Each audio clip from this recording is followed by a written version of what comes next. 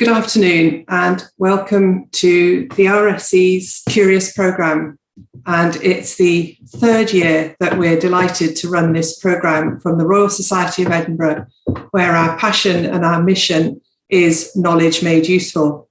The Curious programme runs until the 22nd of August with events offering insights from some of the world's leading experts across the four key themes of health and well-being, innovation and invention, our planet, and COVID-19.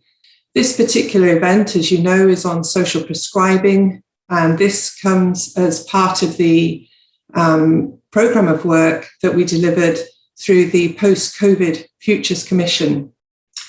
So I'd now like to introduce you to the two co-chairs of today's event, Ben Lejac, who's Policy Officer at Support in Mind Scotland, who carried out the research for the report into social prescribing for the Royal Society of Edinburgh, and Theresa Shearer, who's the Group Chief Executive Officer for the Enable Group. So without further ado, and looking forward to a really exciting event with a really expert panel, I'd like to pass on to Ben Lejac and Theresa Shearer. Over to you, Ben, first. Thank you. Thank you very much, Sarah, and thank you all so much for being here today. It's really thrilling to be part of this session with the Royal Society, and I'm really looking forward to hearing the discussion and the actions that come next. To get things started, social prescribing is likely a term that you've heard somewhere. As an idea, it's become more and more popular as a term used to describe a direction within policy, within academia, within primary healthcare, within the charity sector and community organisations. But what does it refer to? What does it mean? Well, during the research for the RSC's From Origins to Opportunities report on social prescribing, released earlier this year, we found that there were two definitions, related definitions. The first of these is one that you're likely most familiar with. We refer to it in the study as the specific definition or the traditional definition. And in this definition, social prescribing refers to a journey where, say, I, as an individual, access a health service, a primary healthcare service, for example, a GP, very commonly a GP. And from that accessing a GP, I am referred to a community organisation or a non-medical opportunity within my community that is considered to be appropriate for my needs and my concerns. Very often, a link worker provides the link between that health service and the community, someone whose role is dedicated to making that connection. However, we found a second definition as well, which was much broader than that, much more expansive. Where a lot of the people involved in offering community support told us that healthcare can play lots of different roles, that there are lots of different ways of people accessing those community, non-clinical, non-medical forms of support. GPs aren't necessarily the first point of contact. They might be involved in the process, but it might be another healthcare worker. It could be another community organisation. It could even be someone in the community. A community organisation, a friend, a family member. And so social prescribing from that point of view could be any means of connecting someone with a non-clinical form of support that is appropriate to that person's needs. So there we have two definitions, a specific traditional one and a broad, expansive one, but both of them are about connecting people to the support they need. I'm really looking forward to the discussion. We have a really fantastic panel today, and to introduce them, I'd like to pass over to Theresa. Thank you very much, Ben, and thank you for the opportunity to introduce the speakers, and also just for a couple of minutes to perhaps explain why I have a particular interest in social prescribing. So delighted, I think we have almost 100 participants on the call today. So I'm told from Sarah from the RSC that is excellent, and we should be very pleased at the interest in social prescribing. So thank you for that, Sarah. And I think that's that's very timely, so we should be pleased with the interest. And why am I interested? Well, two reasons really. I work for one of the largest health and social care organisations in Scotland. Every day we support thousands of people in the community to meet their personal self-directed human rights-based outcomes. But often one of our biggest jobs and one of our biggest roles is to ensure that people don't necessarily have statutory services as the default, and to help really work with individuals so that they can access those things that are available to them in their community that many of us take for granted. So I'm very interested from a personal, professional perspective, but actually, as I think I described in the inclusive working group, that for me, social prescribing is not just what happens in the GP situation or in a medical situation, but actually it's what happens on the front line of social care every day, that our frontline staff and our teams all across the country are supporting people to do exactly as Ben described, and to look at alternatives to clinical, medical or statutory responses to things that often might be better served by more community-based outcomes. So that's the first reason for my interest. I do, however, have a second reason, and I think I won't get into the detail of today's Shearer's report, but I'm sure everyone has seen it. But in terms of working in health and social care, you cannot work in this field and not be acutely aware of some of the issues in terms of the fiscal environment in which we operate in. So we know today in Scotland there is almost £13 billion spent in health and social care. We know that £3 billion of that is split out towards care, but the majority of that spend and that income is within a clinical position and within a clinical setting. Even before the pandemic, those budgets were under excruciating and difficult situations. We understand that in order just to keep going, our previous Health Cabinet Secretary identified that we might need an additional £6 billion. That was identified pre-pandemic in the medium term health and social care financial forecasts that were done by our government. Post the pandemic, we know that that looks even more difficult for all of us involved in health and social care. So I'm particularly interested in social prescribing as potentially a way to look at how we support the changes within our demographics in Scotland, how we support individuals to have the best outcomes and to have the best lives they can, and how we take some of that spend, which is often focused on clinical and medical settings, and actually ensure that we are making the most of all of our community-based assets. So I'm really looking forward to today and really looking forward to our expert speakers. So without further ado, just a few quick intros in our speakers. So I'll start with Clare Cook. Clare is currently a regional manager for Spring Social Prescribing. She has worked in this field for over 15 years. And the thing that I was most taken with, Clare, in your biography in particular, was this idea that the social model of health is your raison d'etre in terms of your professional work, and that idea of trying to reduce health inequalities by looking at a social model as opposed to a medical model. So if we can start with our first speaker today, which is Clare Cook, I'll hand over you, Clare, to say a few words. Thank you. Great, thanks for that, Theresa. So very briefly, because I know I'm short in time this afternoon, thank you so much for asking me along. I really appreciate it. So just a few key points I wanted to raise this afternoon, and I'm keen to get questions as well.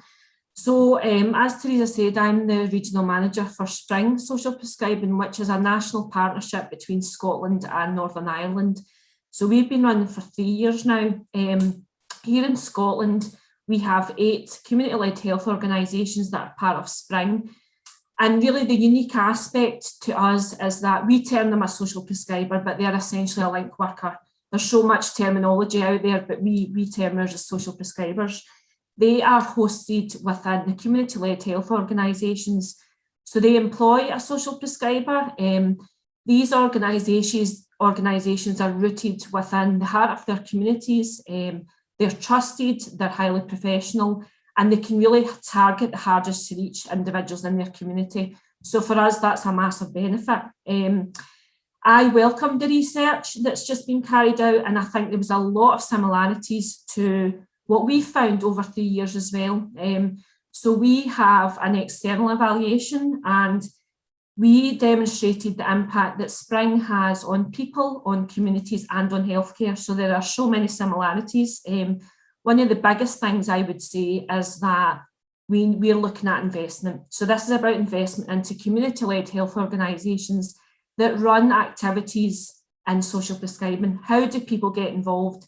So that's a big thing for us. We really need investment so that social prescribing can run as best as it can be.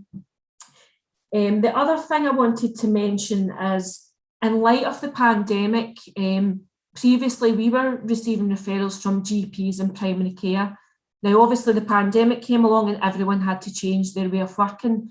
So we amended our referral route. So we now include pharmacists, we include housing associations, social work, education as well. So when Ben was talking about the traditional route, we've actually transitioned into the other route as well. So I think that's working with communities, it's listening to people on the ground, it's about how can we work in light of this pandemic. So we've changed as a way of working as well.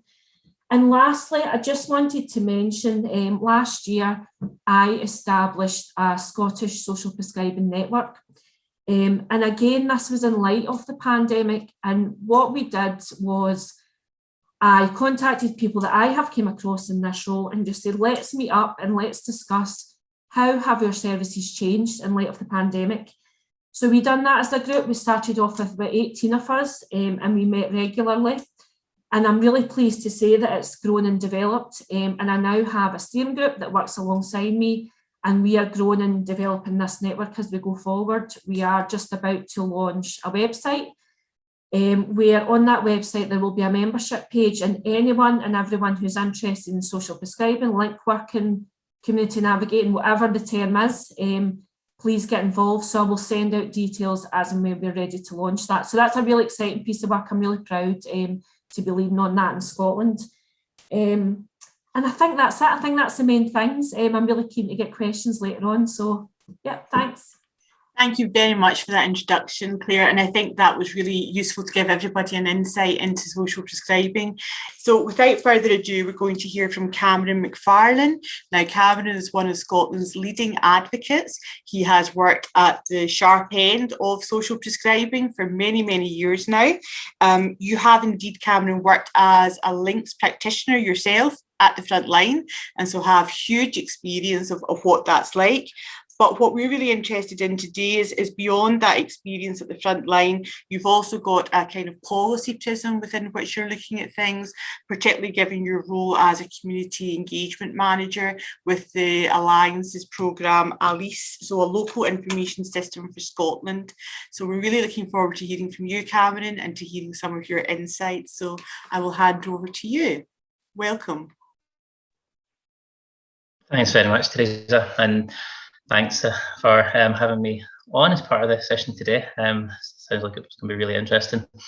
Yeah, so I'll give a bit of background to the ALICE programme mainly in terms of what we do, the purpose, the kind of aims behind the programme, and how that links in with social prescribing or signposting more generally, because we're not involved in actually doing the social prescribing as such, although as you mentioned, I previously in another role was a links worker, so I do have experience of actually doing that kind of links worker role, and during that time did use ALICE as a system to support that work. But so currently my role is about working with communities, including community groups, organisations, services, citizens, anybody living or working within communities, to help them to find and to share information about the community assets, the different supports, services, groups and activities that exist in those local areas. So ALICE,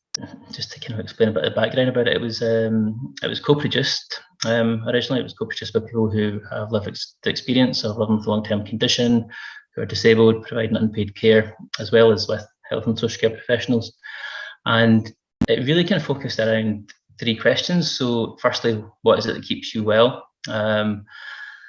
And in terms of the answers to that, you can imagine that for people it was really broad in terms of the different supports and services out there that help people in terms of their health and well-being. So that includes formal services, includes statutory services, but for a lot of people it was very much about those kind of informal activities, community assets that exist in local areas as well. Things which are vital in lots of different ways for health and well-being. So whether that's book groups, community choirs, walking groups, and anything that can help people either whether in terms of social connection, physical activity, or just being able to kind of get involved in engaging and doing meaningful or enjoyable activity and connecting with other members of their communities as well. So, I mean, that's really broad in terms of the range of stuff out there. People did say though that it's quite often real difficult, it was challenging to find the information that they need about that stuff. So even though there's so much out there, so many great things that exist, it is often quite difficult for people to find the information, either because it's just not published, it's maybe a leaflet or a notice board somewhere, and where you might have to rely on word of mouth to find out about it and just happen to speak to the right person. Or even when it is published, quite often things exist in silos. So you've got various different information silos that information is duplicated across. It's not always up to date or as accurate as it could be. And you almost kind of need to know what you're looking for and where to go to get it, which is a bit back to front sometimes, because actually maybe people don't know exactly what they're looking for, but when they find it, then they realise. So really what people wanted was to have one kind of view of all this different information about all the different stuff that was out there, and to be able to get that from various places that's familiar or accessible for them. So the different channels, the different routes they would go to, whether that's going online potentially themselves to look on.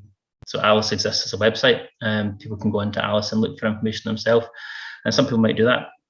Some people might go to other websites. So one of the important things for us is to make sure that the information within Alice is available through other systems or channels as well.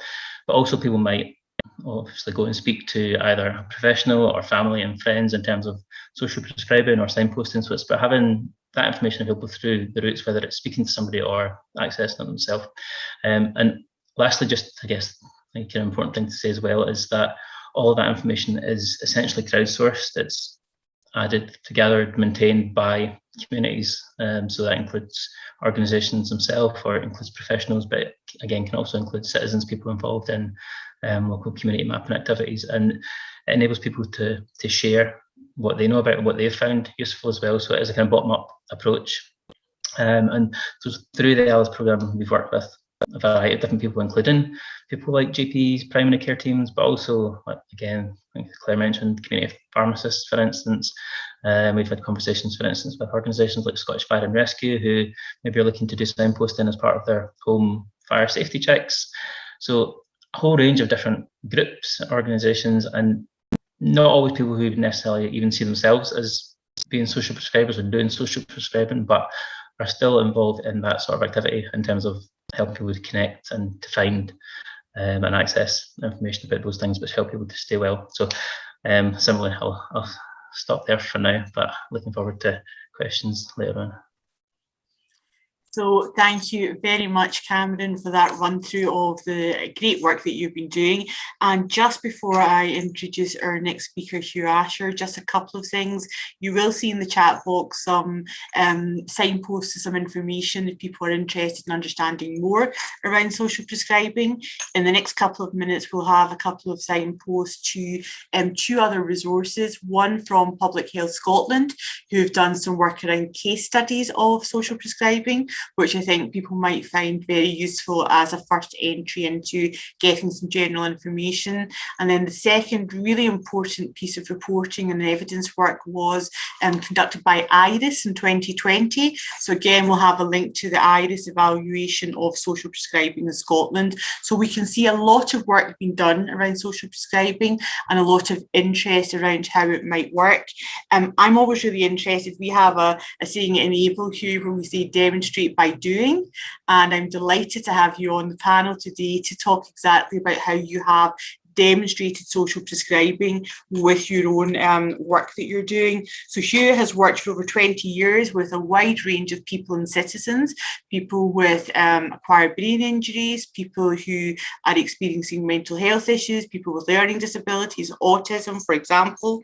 And in 2020, you established something which I find fascinating coming from my background, a social croft, which I think is described here as a little bit like a care farm, and using natural resources to enhance mental well-being and good personal outcomes for individuals. So Hugh, we are looking forward to hearing from you around how you have demonstrated by doing your version of social prescribing in Darach Social Croft, and I hope I pronounced that properly for you, Hugh, there. Hi, so yeah, thanks a lot for inviting me. Yeah, my name's Hugh, and I'm one of two people who started Darach Social Croft about 2 years ago. We're based in on the Ardnamurchan Peninsula, and we operate really as a social enterprise.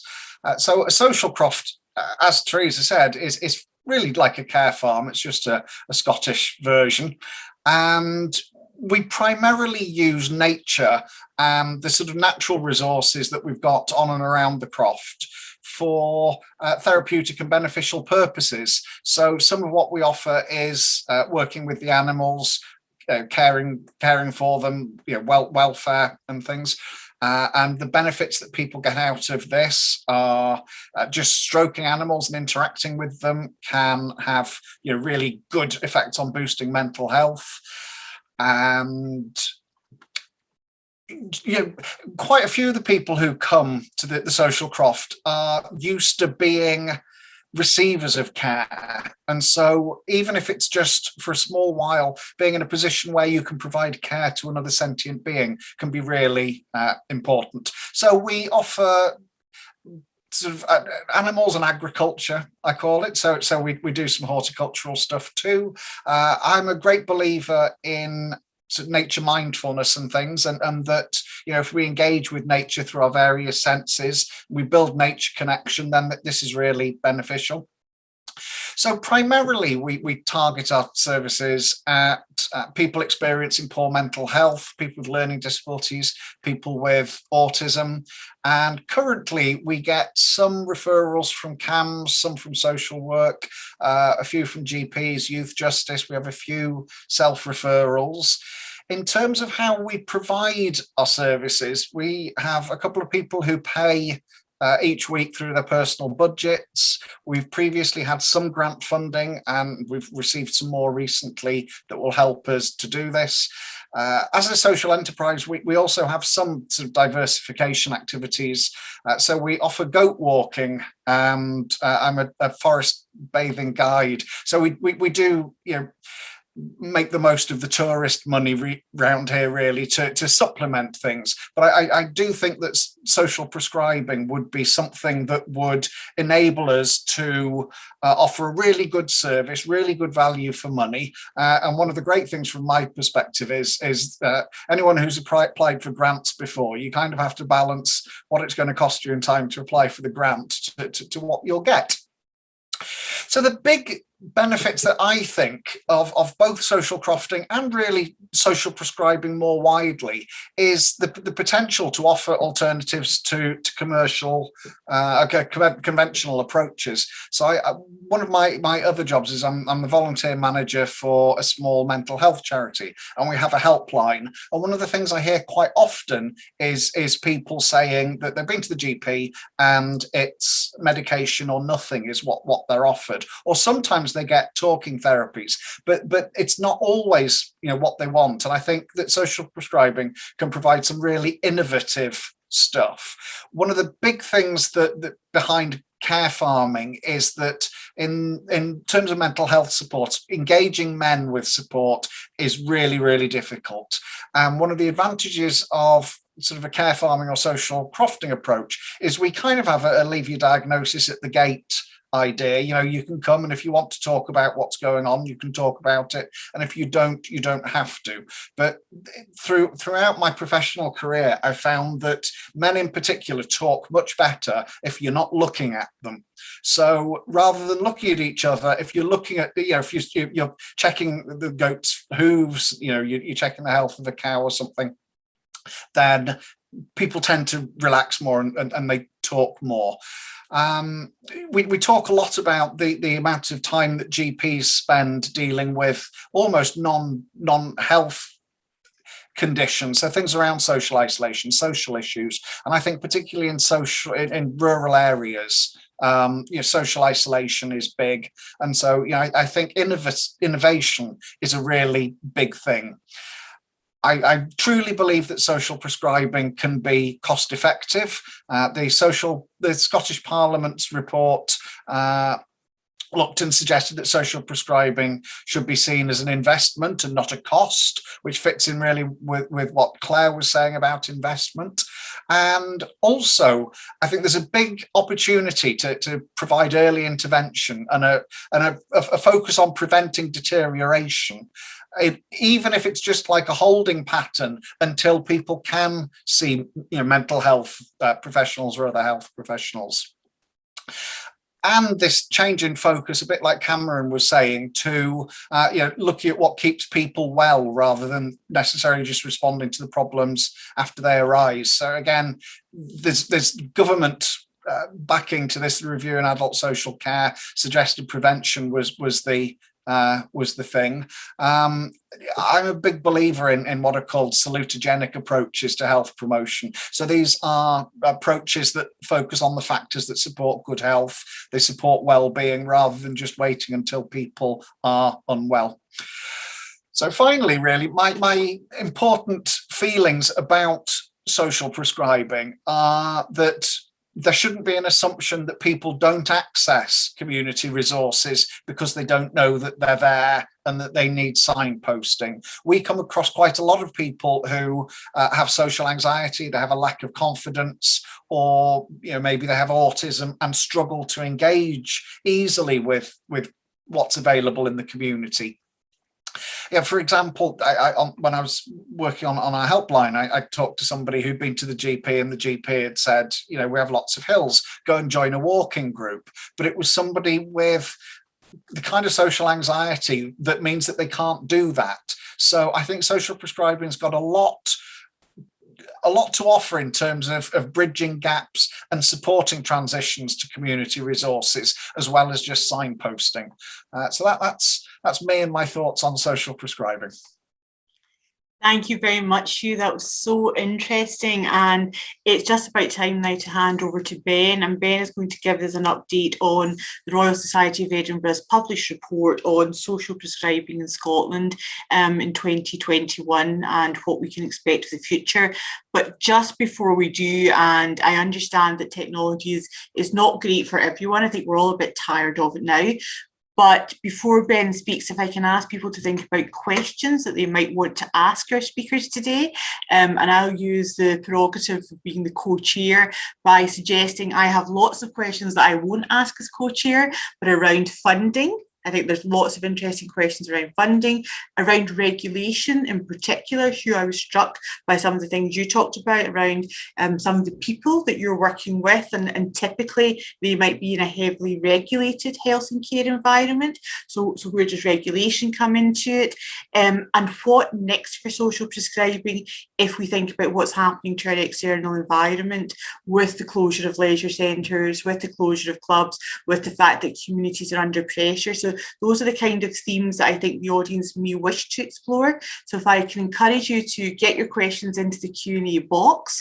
And just before we do that, I will now hand over to Ben to give us an update on his report for the RSE in Scotland. Thank you so much, Theresa, and thank you to Clare, Cameron and Hugh as well. It's really, really great to have you part of the conversation today.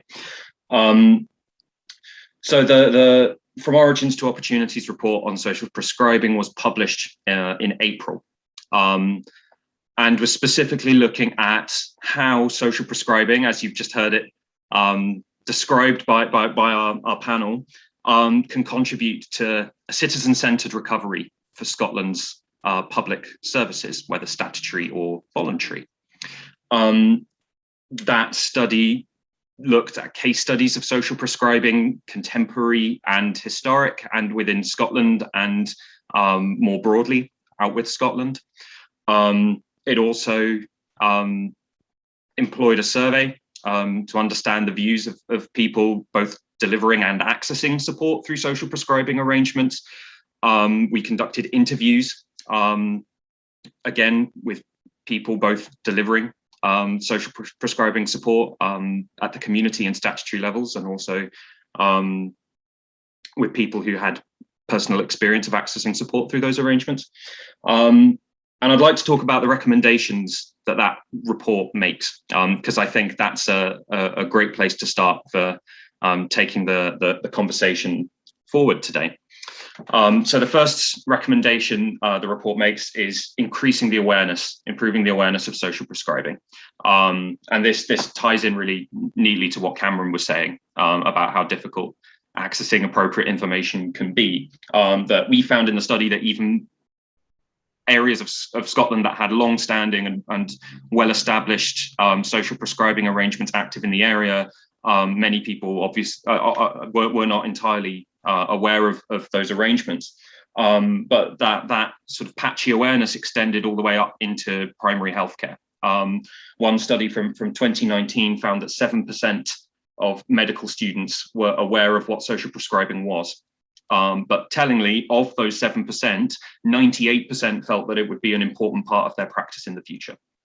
So there is clearly a lot to do for improving awareness of social prescribing at every level, from public awareness all the way up through the third sector and community organisations and into the public sector. The second recommendation that we make in the report is recognising the diversity of social prescribing. You've just heard from our three panellists an enormous diversity of the ways that social prescribing and connecting people to support in their communities can happen. The different reasons it can happen, the different places it can happen. That even though on the one hand there has been a move towards a national rollout of social prescribing in Scotland, there's huge appetite for that within existing social prescribing arrangements and within some policy-making circles as well.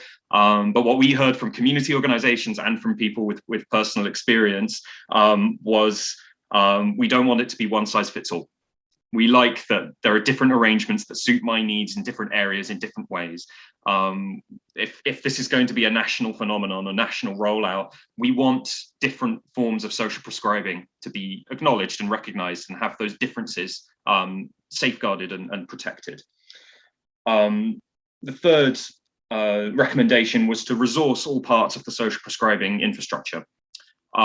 We found that resourcing came up time and again as a concern and as a barrier for delivering social prescribing, and you've heard that from our speakers today.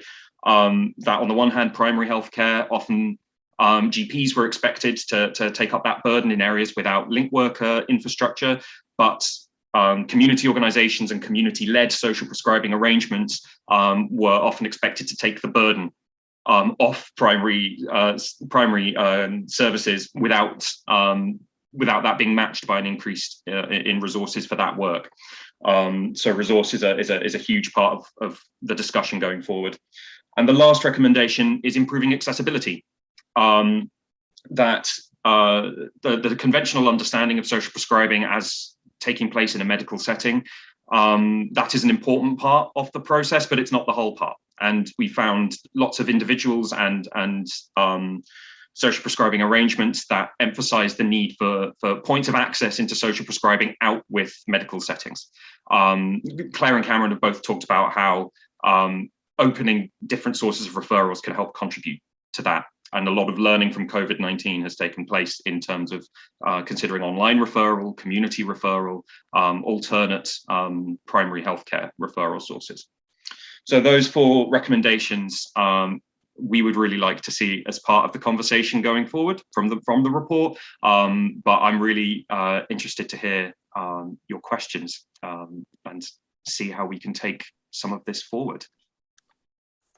Okay, thank you very much, Ben. And as I previously said, for those interested, the report is signposted in the chat at the side. But some great questions have come in already. So if I can just go to our speakers with the first couple, if that's okay. And one that I think is really interesting, which speaks to the culture of social prescribing, ideas from the panel on how we get GP buy-in for social prescribing. Because you've identified that as a potential barrier, Ben. So any ideas from Cameron, Hugh, and I'll start with you, Clare, on how we get GP buy-in for social prescribing? Yes, so as I previously said, Spring was set up to alleviate the pressures that GPs and primary care were seeing. And I know that the Community Link Worker Programme does that as well, and lots of other services in Scotland does that. So for us, it's tricky. I'm not going to lie, it's been difficult. It's been simple in different areas. Every area is different. Every GP practice works differently. One of the benefits that we have had is that we have an online digital platform where referrals come in directly from the GP straight into our organisations. So that's called Elemental Software. So within that, the GP refers straight away. It's a really simple process. It takes about 2 minutes. But the GP needs to buy into doing that. That's the thing. So we do take paper referrals as well. But within that, everything is recorded on that system. So the GP could go in and say, for example, Mrs. Brown has been picked up by one of these organisations, and I can see that she's done all types of support within that. So the GP can physically see what's happening with their clients. So that is a benefit. The pandemic has completely changed the way that we work. People weren't going to the GP practice, hence why we had to open up our referral routes. So for us, it's been challenging in some areas. The one last thing I will say, as part of the Scottish network I've set up, we have the medical students involved. So as part of the universities, they have a social prescribing champion scheme. So we have the lead champion involved in their steering group. So that's a real benefit, because this is about shaping future medical doctors and GPs of the younger generation to buy into social prescribing as well. Okay, great. Hugh, Cameron, from your perspective? I think part of it is going to be demonstrating effectiveness, and also I talked a bit about bridging the gaps between GP practices and sort of publicly accessible community resources, and I think one of the problems that we face when we are offering a service which is functionally therapeutic, but as you kind of said, not exactly regulated, again, just makes things slightly more difficult. We have a code of practice as a member of an umbrella organisation of care farms, so it's not completely unregulated, but even in terms of work I've done for mental health charities and trying to engage with GPs, they can quite often be reticent to be seen to be sort of referring or signposting to non-NHS vetted organisations and things. So I think it's a slow process. It will involve demonstrating effectiveness, and I think at some point there needs to be, or will hopefully be, some kind of evaluation, and the evaluation will need to be outcome focused rather than just output focused. So looking at the benefits rather than just looking at the numbers. Okay, Hugh, that's great. And I'm going to come back to you on the question of efficacy and evidence, because we have a really great question on that from Kieran Patterson. But Cameron, just from your experience as a link worker on the ground in GP practices, what could be done to get more buy-in more quickly, I would suggest, to GPs potentially?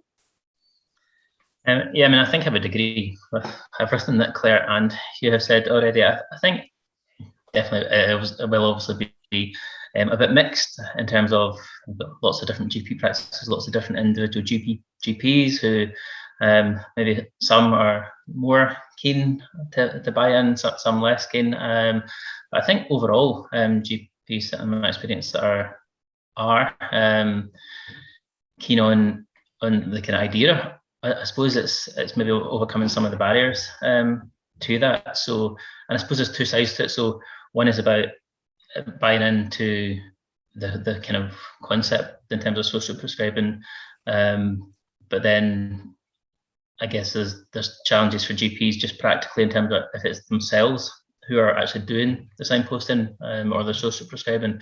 Obviously, we know like time is really limited for GP consultations, and it's really difficult for a GP, even if they're really bought in and want to do this, it's really difficult to have the time to spend with somebody to have a conversation that lasts beyond 10 minutes a lot of the time. So to be able to kind of develop that kind of proper kind of shared mutual understanding of people's goals and ambitions, and to talk through and link people in with those, and to know of what's out there, that's all kind of really difficult for GPs in terms of just their time. So I don't think it's necessarily they don't want to do it, it's about how that is kind of possible within the constraints.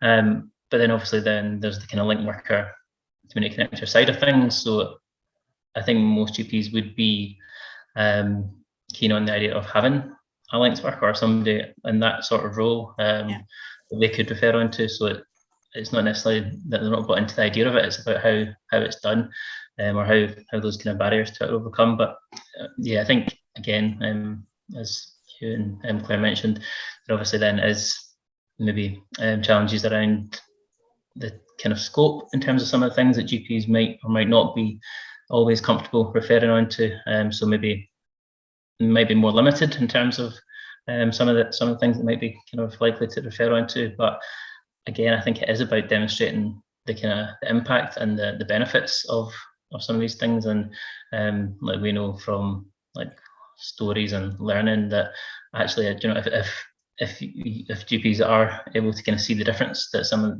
these kind of social and community assets can make people, then and if they can develop that kind of trust and awareness of them, I think that's quite key as well. It's developing the relationships, but it's not just about knowing that something exists, but if you have a contact, you have a bit of a relationship with that group or that organisation, then probably more likely to refer on, because you kind of know what to expect. So I think a lot to it.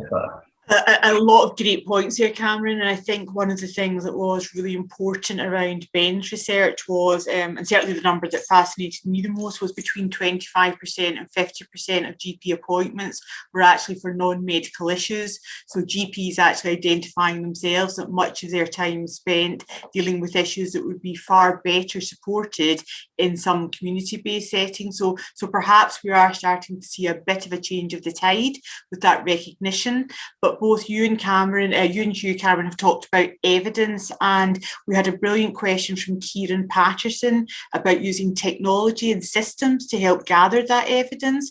And I wonder, Clare, you talked a little bit about systems in your discussion earlier. What is your experience of using technology to help bring together some of that evidence that we could use in trying to help persuade GPs to think more about social prescribing?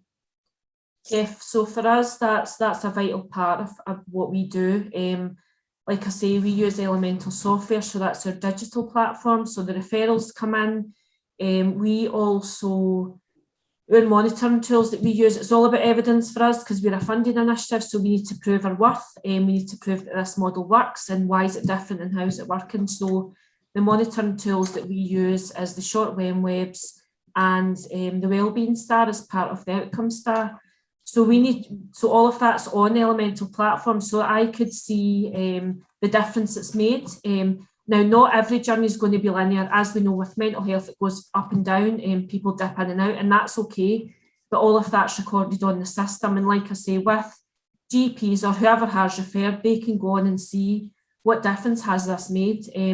However, another part of it is our social prescribers will directly feed back to who's referred into them and say, here's what your patients are benefited in, and here's what we've done. So there's quite a few, there's different elements to using digital, but for us it's been a benefit. Okay, great. Now, we are very fortunate within our participants today. We actually have a former health minister, Andy Clare, and Andy himself has asked a really interesting question. And Cameron, I think this question probably goes to you. How do we persuade people that we have to invest our money not in bricks and mortars, but actually in things that they already see in their community? Because we know that people get very, very attached, don't they, to local hospitals, to local GP centres, and to the things that are very tangible to them. Any thoughts on that, and how we get some of that money redirected without upsetting the apple cart in terms of the people of Scotland and that kind of understanding of what we're trying to achieve?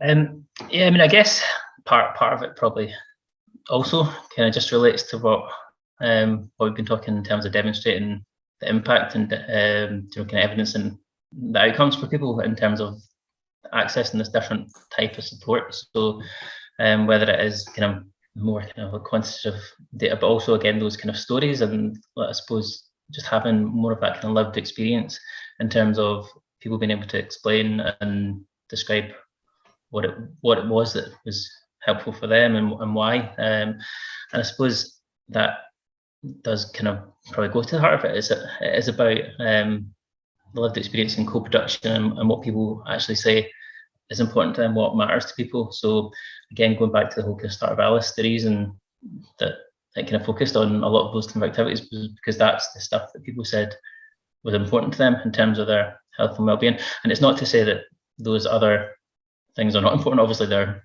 vitally important as well. It's just that that having the kind of, I suppose, the bricks and mortar is not enough in and of itself, but you also need the community assets, you need the connection and the relationships and all of that kind of stuff that can't be provided by the health service or any other formal service necessarily. So it's not necessarily one or the other, I wouldn't say, but it's about recognising the value and the importance of what does exist in communities.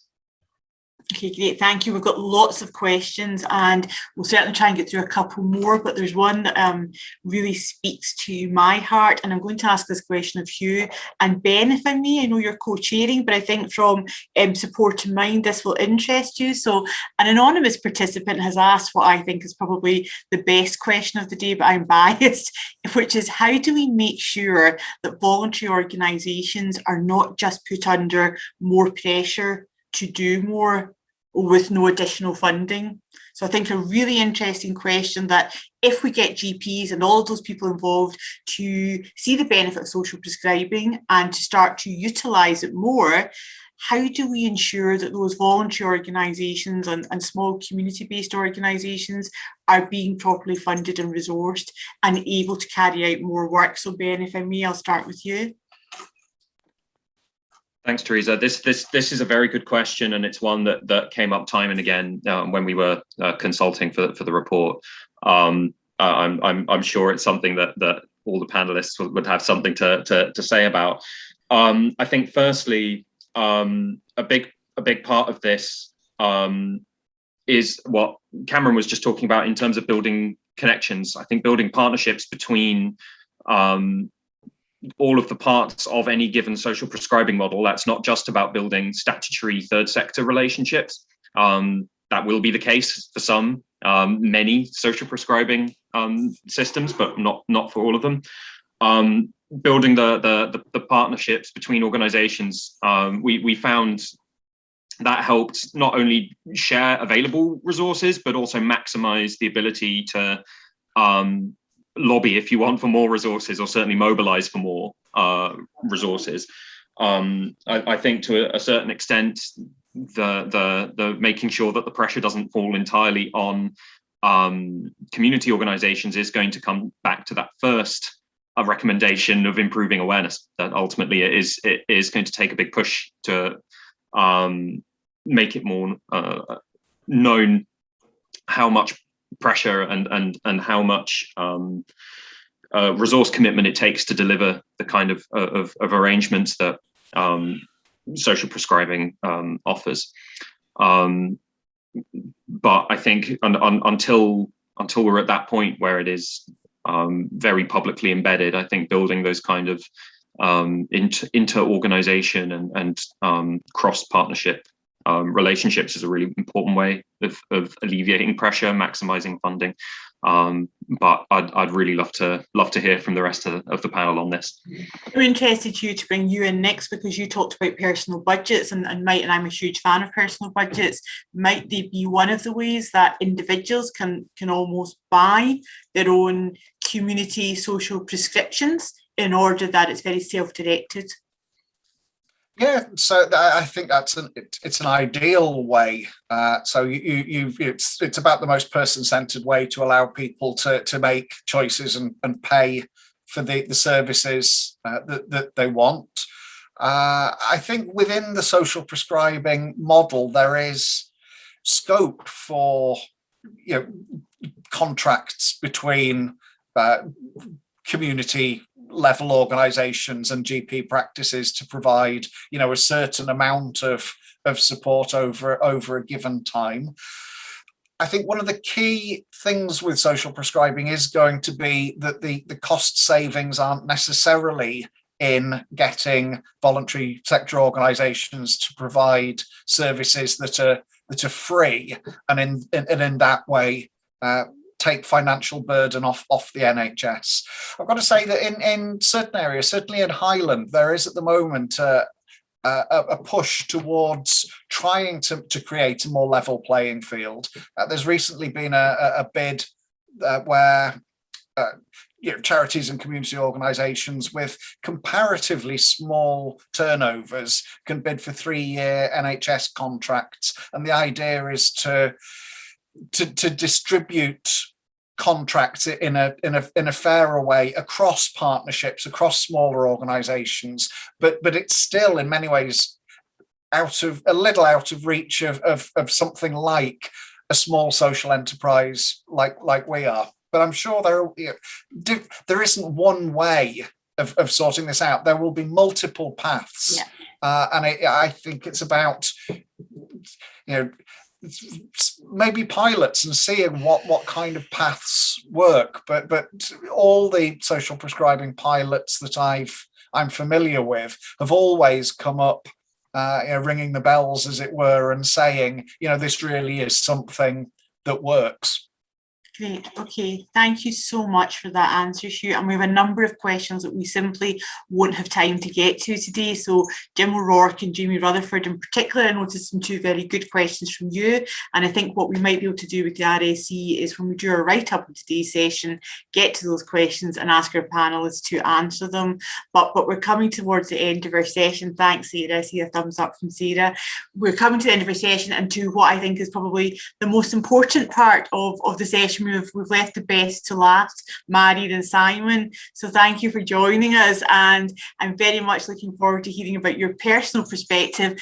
But I'm going to ask Clare, who I know has a strong personal relationship with you, to introduce you to our panellists, and really to hear from you, the experts on social prescribing, and what you want to see from us as the panellists today in order to help more people benefit from social prescribing. So Clare, over to you for the introduction. Well, I will say it's actually not me that has the relationship. It's actually Catherine and Becky, who are the social prescribers based at Shots Getting Better Together. So those are the ones that have really been supporting Marion and Simon. And I've heard their story and it's absolutely brilliant. So I'm not going to take up any more time other than to say thank you for coming along again, and take it away. Let people know what the impact that Spring has made on your lives. Okay. Well, we first got involved, there was a welcome session at the Spring Hill Club, and me and Simon went along to that. We then got referred to the doctor referred us. So we then became involved with the Healthy Living Centre, met Becky and Catherine, and right from the get-go, Becky and Catherine have been supportive. Their personalities are brilliant. They always, no question I've ever had of them was any problem. I know I could pick the phone up now or text now, and they would be able to help me. But we first got involved with the coffee mornings. And Simon is a celiac, but he went along and think, all right, I'll just get a cup of coffee because he didn't want to put anybody out. Becky had none of that. No, straight out, gluten-free bed, gluten-free biscuits. No, you're here, you're going to enjoy yourself whether you like it or no, laddie. So that was it. He absolutely loved going because he then felt part of something. That then led on to Kirsty and the men's shed. Yes. So, but then obviously we had the COVID start, and that's when you notice things because you're not in contact with these people anymore. So we started doing Zoom, which I'd never heard of. I can barely work an iPhone, but I can get right onto a Zoom meeting now. So we did a book club, we did an art group, you did yoga online. We do the Friday night in, and we still do that now. Even though we can meet on a Tuesday down at the Healthy Living, we still do the Friday night in because not everybody can get there. And it's just a wee blether, a wee catch up. How is everybody doing? We do the monthly bingo. I've started doing afternoon teas. We've been to the gym. We do the shopping at the Healthy Living as well. And before we got involved with this, Simon would be at home while I was at work. And he would be here. No, he wouldn't go out. He wasn't one of these sort of people who would strike up a conversation with people because he felt he didn't have any input. But now after being in contact with people, you've done the gardening as well. Now he's got a whole network of people in the local community that he can interact with. And this is purely down to the passion and dedication of Becky and Catherine. There's nothing else you can say. They are so passionate about making sure every person who's been socially prescribed to them gets love. Yeah. Love is one of the words. Do you know what I mean? But yeah, they're so dedicated to this job, and they're brilliant at it. I can't fault them in any way. So is that all right? Marion, Simon, that is outstanding. And I think the quote of the session before I hand over to Ben to finalise today's session is, all that they give you is love. And actually it's something a GP can never prescribe. And it's something we can never get from a clinical setting. And actually, if you to see what's so special about social prescribing, I think you've just summed it up beautifully, Marion. So thank you for that. We're all going to take that away with us today. So Ben, I don't know how you follow that, but I'm glad it's you that's finishing up. So thank you, Marion, and thank you, Simon. And I'll hand over to Ben just to finish up the session. Theresa, I don't think I can follow up from that. That was fantastic. Thank you so much, Marion and Simon. Amazing to hear from you. And I think no better way to show the impact that what we've been talking about can have. I think this has been a really fantastic, all too short conversation. But as Theresa said, we will hope to get any unanswered questions. And make sure that we address them as best we can. This is a really exciting conversation to be having. Scotland's public services have never encountered a challenge like COVID-19 before, but having the fantastic panel that we've had today talk about the work that they're already doing and having the questions that we've had shows that the conversation is starting to happen for how we make Scotland's public services more citizen-centred, and how best we can support them to recover from the pandemic and look forward to a more person-centred future. So thank you all so much for coming along today. It's been an absolute pleasure to be here. And thank you hugely to Theresa and our panel as well. It's been amazing to have you as part of the conversation. Thank you all very much, and that concludes this part of the Curious event.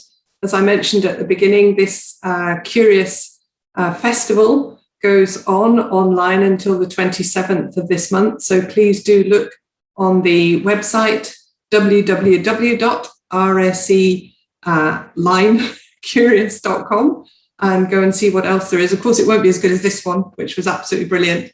but please do go and have a mooch around and see what else might entice you. And we will, thank you, Hannah's put the proper link there in the chat. And as has been said so eloquently by Ben and Theresa, we will be following up on this and checking up on the unanswered questions. So thank you to all our panellists, including the star actor Marion and Simon there at the end, and to our two co-chairs, Ben and Theresa, for your time, and to all the questions that have come in, and to all 65 of you who took part. Thank you very much and enjoy the rest of your day. Thanks. Goodbye. Thank you. Goodbye. Thank you so much. Bye-bye.